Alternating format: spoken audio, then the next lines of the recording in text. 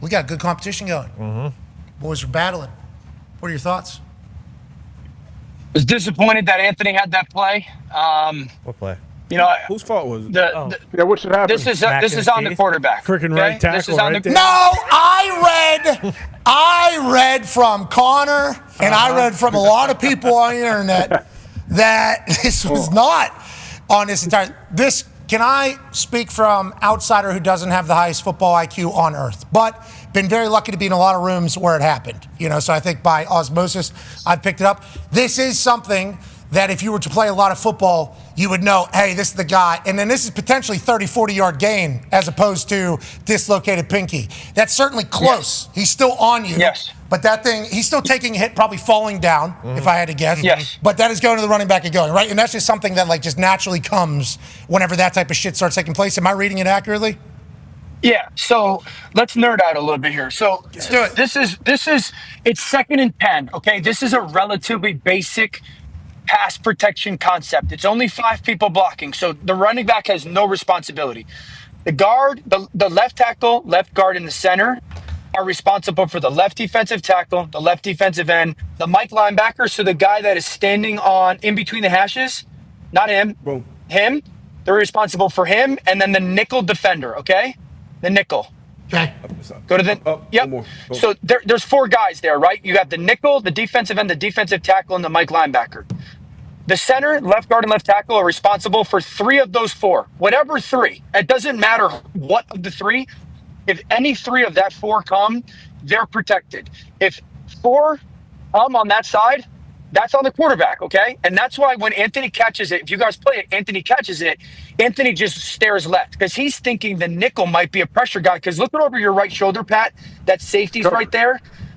Yep, that's called being capped off. So that a lot of times when that nickel is pressed and the safety right on the logo is over the top, you're like, okay, that nickel can be a pressure guy. So I can understand Anthony looking at that nickel guy and saying if he pressures, that could be a problem.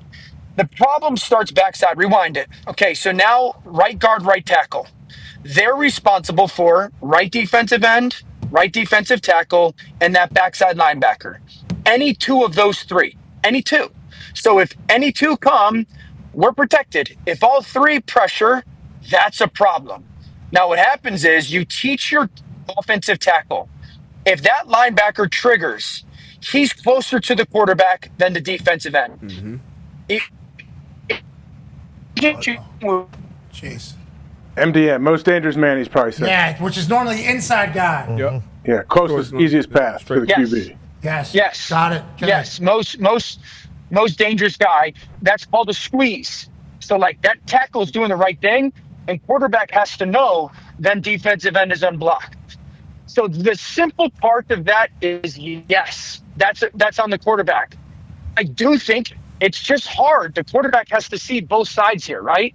So the coaching point is really, Anthony, I don't want you to look left, and I don't want you to look right.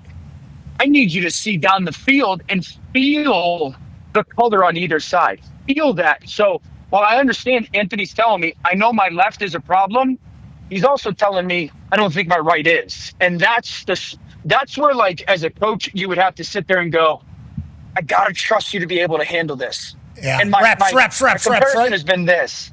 Yeah.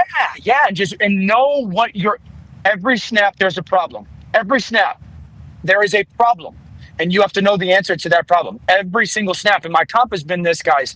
AFC Championship game last year. The last play of the game when Josh Allen's running for his life and ball flutters in the air and whatnot. That's a Star Wars problem. That, if you get that, you're Drew Brees. You're that's all world stuff.